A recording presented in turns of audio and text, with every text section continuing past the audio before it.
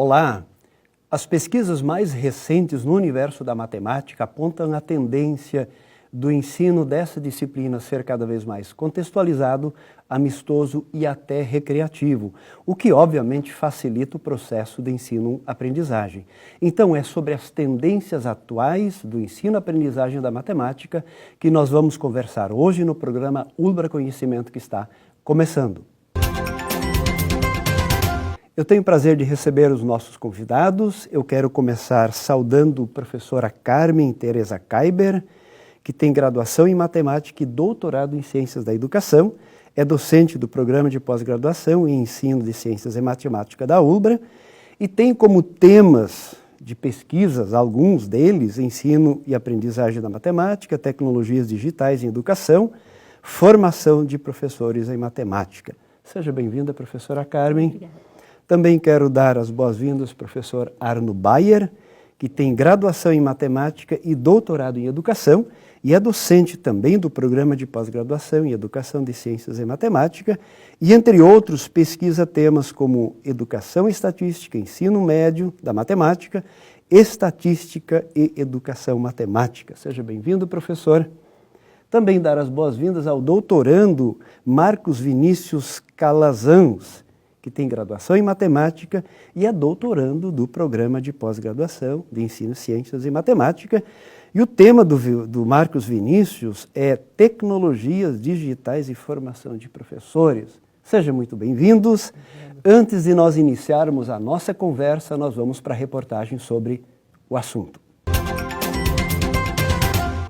Os jogos lúdicos estimulam os alunos e fazem com que eles se unam em um objetivo comum, o aprendizado. A professora Lidiane dá aulas para crianças com algum tipo de deficiência e utiliza os jogos lúdicos como maneira de aprendizado dos alunos. Eu acho que desenvolve muito raciocínio lógico, né? Aprendizado de outras formas que a gente pode aprender algum conteúdo que seja muito difícil.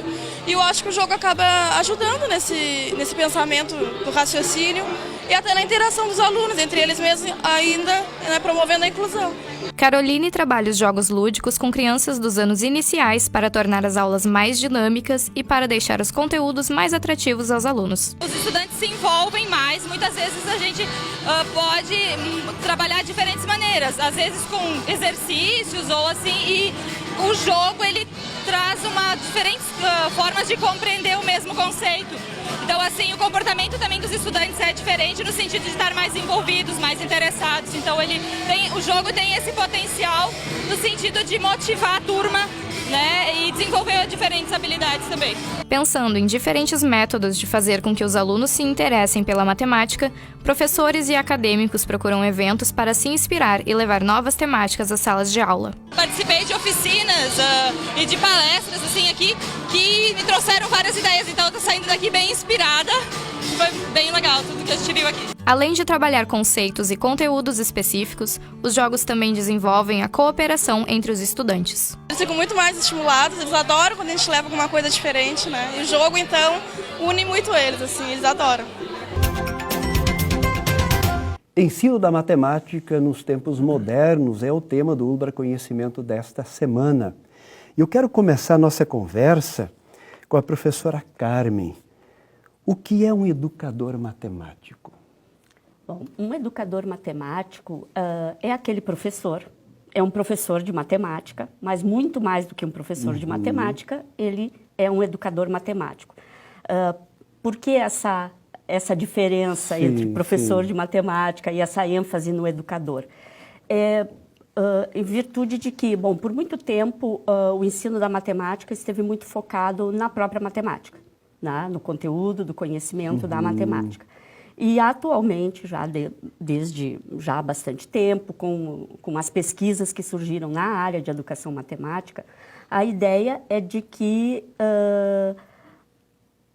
a aprendizagem em matemática é muito mais do que conteúdos, só os conteúdos. Sim, então, sim. o professor, o educador matemático, ele tem o seu foco de preocupação é a aprendizagem do estudante. Então, o foco, claro, considerando os conteúdos a serem desenvolvidos, mas o foco está muito mais na aprendizagem. Então, todo o esforço, exatamente, todo o esforço do professor é ir em busca de dar um tratamento adequado para esses conteúdos, né, para essa matemática escolar tem que ser levada para a sala de aula, de maneira tal que isso torne todo o processo dirigido ao aluno e na busca de facilidades para esse aluno, do melhor desenvolvimento desse aluno, de uma maior compreensão da matemática, que vá além daquelas questões daquela matemática de repetição, de aprender a fazer, mas que o aluno, de fato,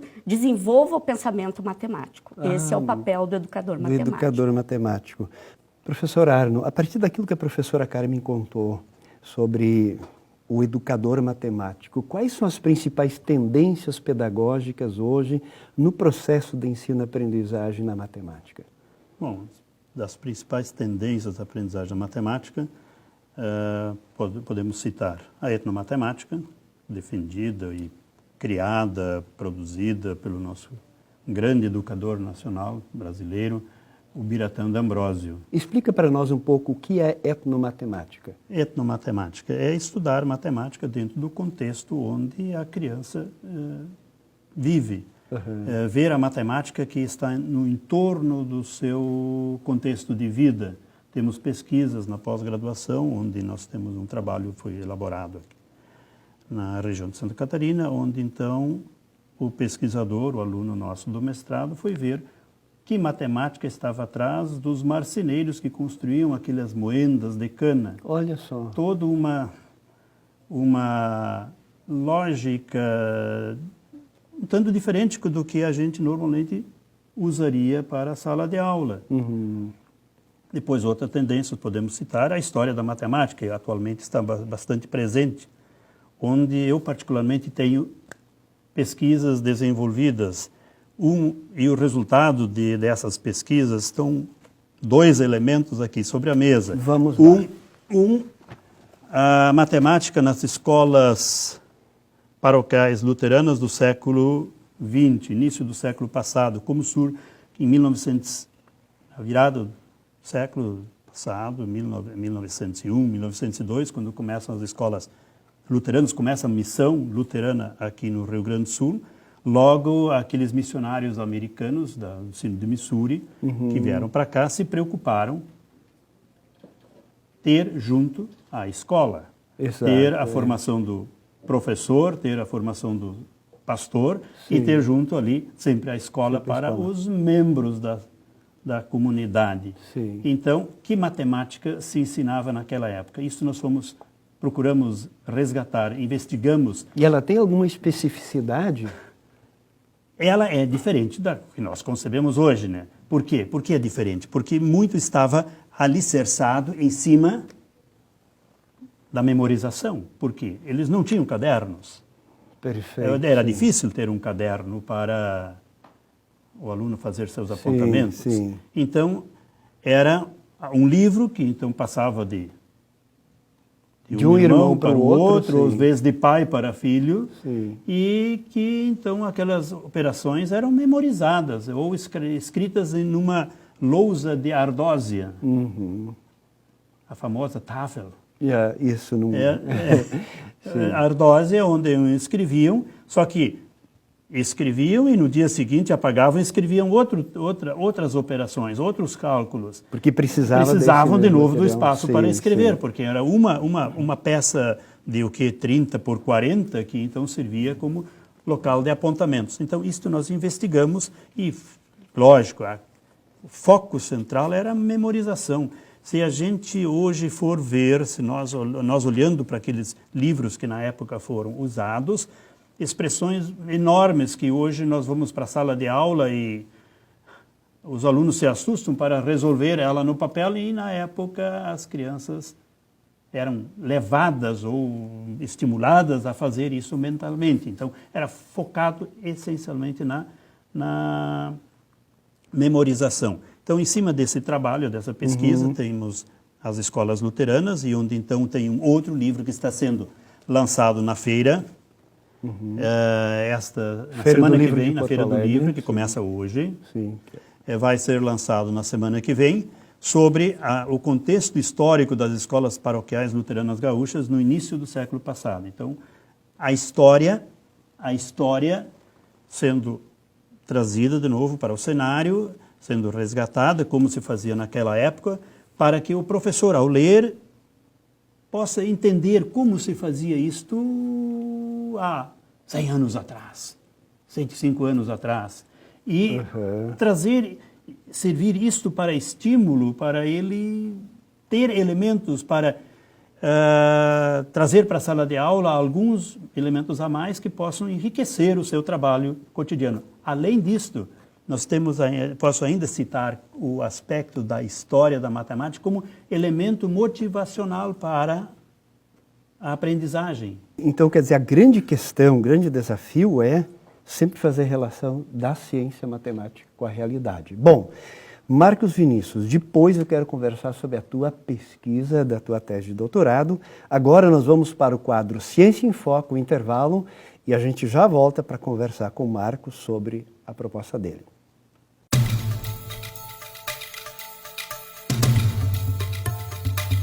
O Ciência em Foco de hoje é sobre pessoas com deficiência cognitiva e os conceitos matemáticos essenciais para a sua autonomia social. Falo um pouco do resultado do meu doutorado, que foi sobre um estudo de caso com um menino com espinha bífida e síndrome de Arnold-Chiari. O pensar todo foi sobre um plano educativo individualizado que buscasse não as operações matemáticas e sim os conceitos envolvidos nas diferentes operações, tal como calculadora e diferentes objetos de aprendizagem disponíveis na internet. É importante que os docentes, que a comunidade escolar e que a família tenha ciência do que realmente é necessário para que essa pessoa consiga se transformar num agente capaz de interagir na sociedade.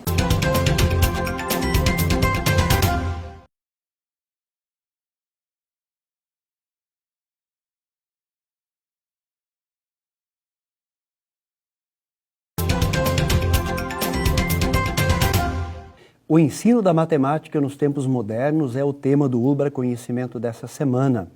E nós temos nossos convidados, professora Carmen Teresa Kaiber, professor Arno Bayer e Marcos Vinícius Calazans, que é doutorando do Programa de Pós-Graduação de Ensino de Ciências e Matemática. E eu quero começar conversando contigo, Marcos. Eu sei que você é da Bahia. O que levou você a vir aqui para o Sul, aqui na Ulbra, para fazer o teu doutorado? Pois é, eu venho do extremo sul da Bahia, eu venho de Porto Seguro e enquanto professor no município... Você era professor do município lá? Eu sempre tive a vontade de me tornar um pesquisador da área da educação matemática. E vendo oportunidades de local para realizar o doutorado, eu vi no meio do ano passado a oportunidade que existia aqui na Ulbra. E muito me interessou, primeiro aspecto, um programa bem conceituado. Na época, com nota 4 e agora com nota 5. Melhorou ainda mais. Então já foi um interesse. Sim. Segundo, observando o perfil dos professores, vendo que eles têm uma produção científica relevante, reconheci alguns deles em eventos que eu participei em outros locais. E, por fim, por ter uma área de pesquisa que me interessava bastante, que é a questão da tecnologia e a formação de professores. Pois é, o teu tema é tecnologias digitais e formação de professores. Exato. Conta para nós um pouco o que você pesquisa, qual é a tua pergunta, o teu interesse nisso aí. A perspectiva da pesquisa é verificar como os estudantes da licenciatura, eles estão integrando a tecnologia nos seus planejamentos de aula. Existe uma perspectiva de como o estudante utiliza a tecnologia. Se ele utiliza num processo apenas de manipulação da tecnologia e aí um processo de aprendizagem, ou se ele consegue, de uma maneira mais sistemática, aproximar a tecnologia do cotidiano do aluno, na qual ele possa, de certa maneira, auxiliar que o aluno aprenda melhor matemática. Há uma perspectiva hoje que em torno de 25% dos estudantes de qualquer nível educacional busquem em fontes de internet respostas para suas dúvidas antes mesmo de procurar o professor e o livro referência. Olha só. Ou seja, as tecnologias digitais que fazem parte do nosso cotidiano, com celulares, e cada vez mais presentes em nossas vidas, elas têm um uso educacional. E aí fazer essa investigação de como os estudantes da licenciatura podem integrar essa tecnologia digital no seu planejamento de aula. É um grande desafio isso, aquilo que o professor Arno colocava, a professora Carmen também, de fazer com que a matemática possa dialogar cada vez mais com a realidade. Essa é a grande questão, né? Com certeza.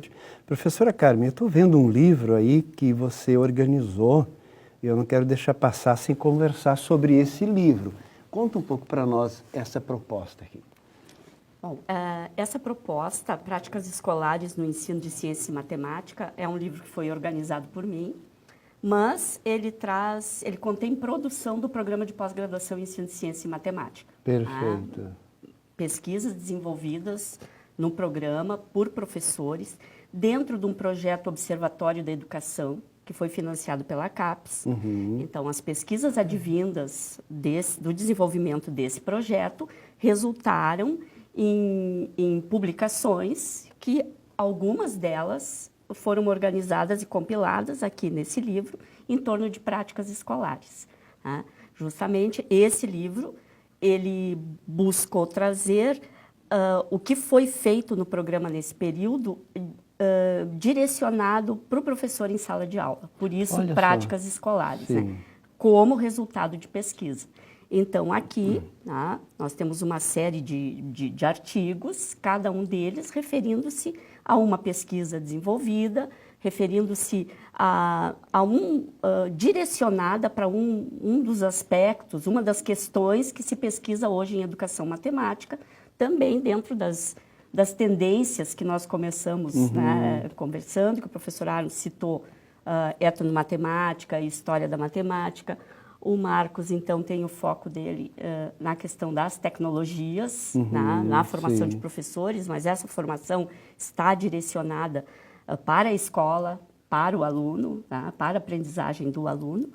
Então, aqui nós temos outros trabalhos que envolvem também outras tendências, resolução de problemas, a modelagem matemática, o uso de jogos, de desafios. Olha só.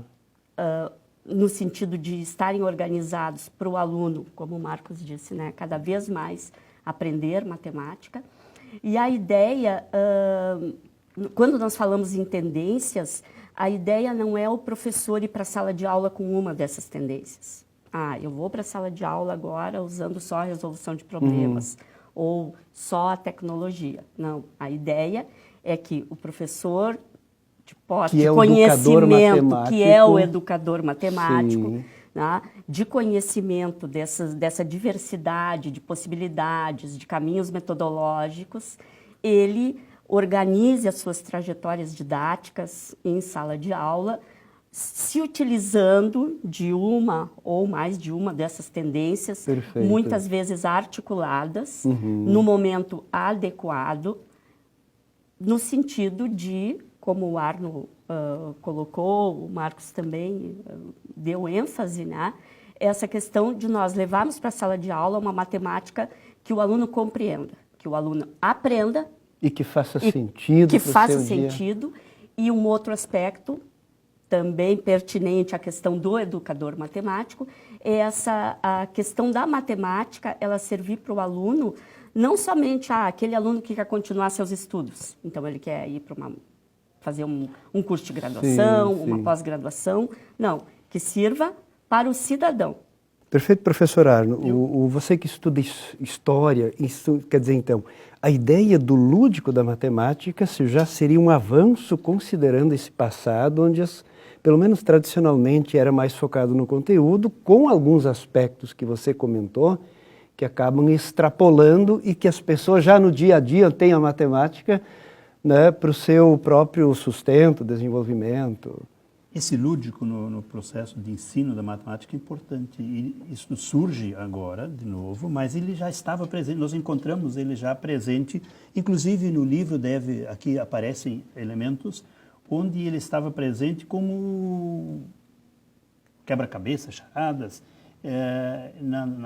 como mas ele foi um pouco esquecido durante o tempo, não foi? Mas ele está nas revistas de 30, 40, século passado, e nós encontramos nas revistas da Igreja Luterana onde apareciam charadas onde o sujeito precisava da matemática para dar resolver. respostas, né? Olha só. Agora, eu gostaria ainda de retomar uma ideia da Sim. Carmen Uhum. sobre a importância do professor, do nosso professor, ter conhecimento destas tendências todas, não reforçando a ideia dela de que ele vá para a aula e ele agora seja defensor de uma tendência e vá apenas trabalhar segundo essa tendência.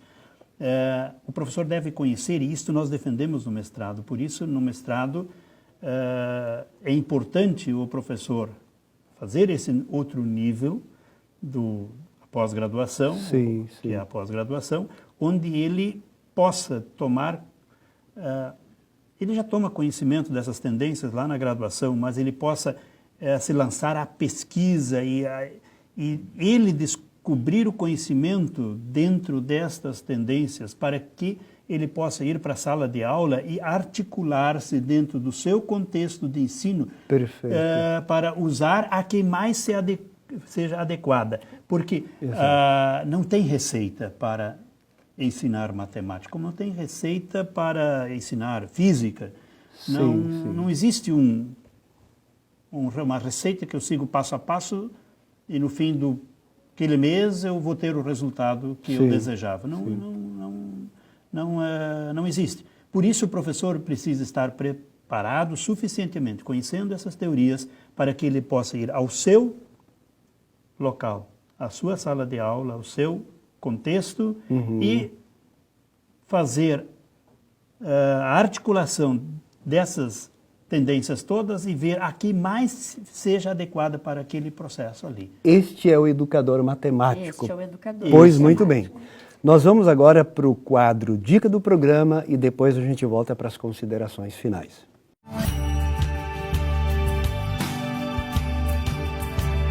Olá, a dica do programa de hoje é sobre o PIBID. O PIBID da atuação na área da matemática, ele é feito em escolas municipais de Canoas, aqui pela UBRA. Então, os PIBIDianos, os bolsistas, eles atuam nos turnos inversos nas escolas, ajudando os alunos com oficinas, geralmente um período de 2 horas para cada turma. Com oficinas, aulas de reforço, jogos. E quem é que pode participar do PIBID? Na escola, uma professora e coordenadora vai escolher. Na UBRA, qualquer aluno da universidade, quando abre o edital, pode ser iniciante no curso, formando, tem a chance de entrar. Eu faço parte do programa há 3 anos. São 3 anos muito gratificantes, que me ensinaram muito mais até que nos próprios estágios, onde eu consegui aprender a preparar a aula, a lidar com alunos, situações adversas à aula, conflitos que os alunos tiveram, tudo situação que uma pessoa aprende na prática. E o PIBID ofereceu isso a mim, a meus colegas, a todos os bolsistas, não só da matemática, creio eu que de todos os cursos. Todos os bolsistas do PIBID passam pelas mesmas experiências, quase.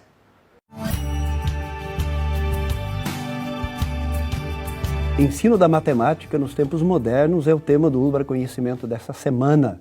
E nós vamos agora para o recado final dos nossos convidados. Professora Carmen, qual é o seu recado final?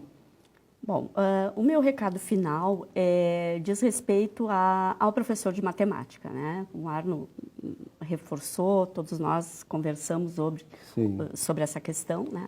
Mas esse professor, ele de fato ter a oportunidade, ser proporcionado a ele, que ele tenha acesso, à sua formação continuada, primeiro a sua formação inicial, fazendo uma graduação, depois a formação continuada, especialmente essa que vai para o mestrado e posteriormente o doutorado, né? Então é importante que esse professor ele tenha oportunidade de ter acesso a todas essas modalidades de pós-graduação, para que ele possa dar continuidade, que isso é muito importante em educação. O professor ele não pode se formar e 20 anos depois ele ainda não permanecer com aqueles conhecimentos que são válidos, óbvio, mas que talvez vão ficando perdidos, desatualizados.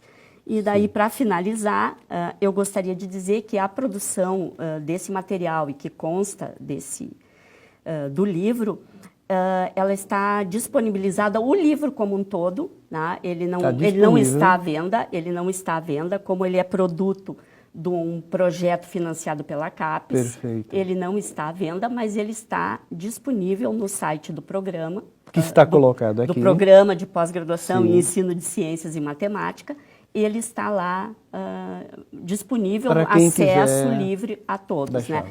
Muito bem. Professor Arno, seu recado final? Como recado final, eu gostaria de retomar essa ideia, salientar mais uma vez a importância do professor continuar e ser pesquisador, ser investigador do seu processo de ensino. Ele só pode fazer, ele é o técnico, ele é o especializado, é o especialista dentro daquele contexto, dentro daquela sala de aula. E ele ser capaz de investigar essa sua sala de aula, não apenas chegar ali e reproduzir um conhecimento que ele dispõe. Isso é relativamente fácil. Mas ele precisa conhecer essa realidade, investigar essa realidade, qual é o caminho mais adequado para acessar aquele seu público. Então, reforçar mais uma vez a importância da formação do professor, a importância do professor ser um pesquisador dentro da sua realidade. Muito bem. Marcos Vinícius, seu recado final. Bem, como recado final, nesse processo de crescimento pessoal e profissional que eu estou passando, da grande felicidade, do acolhimento que eu tive, que eu venho tendo aqui no Rio Grande do Sul, por amigos do programa, pelos professores do programa, sendo uma grande experiência e um grande incentivo aos outros professores. Deixo meu testemunho, meu recado, para que encarem esse desafio da pesquisa, que sem dúvida quem ganha, obviamente, é o profissional, é o professor, mas também os seus alunos que estão sob sua tutoria. Eles, no fim das contas, todo o trabalho é visando o maior bem-estar do nosso público, que é o estudante que está em sala de aula. Muito bem, muito obrigado, professora Carmen, professor Arno, Marcos Vinícius. Muito obrigado você pela companhia e nós nos encontramos na próxima semana para mais um Ubra Conhecimento. Até lá!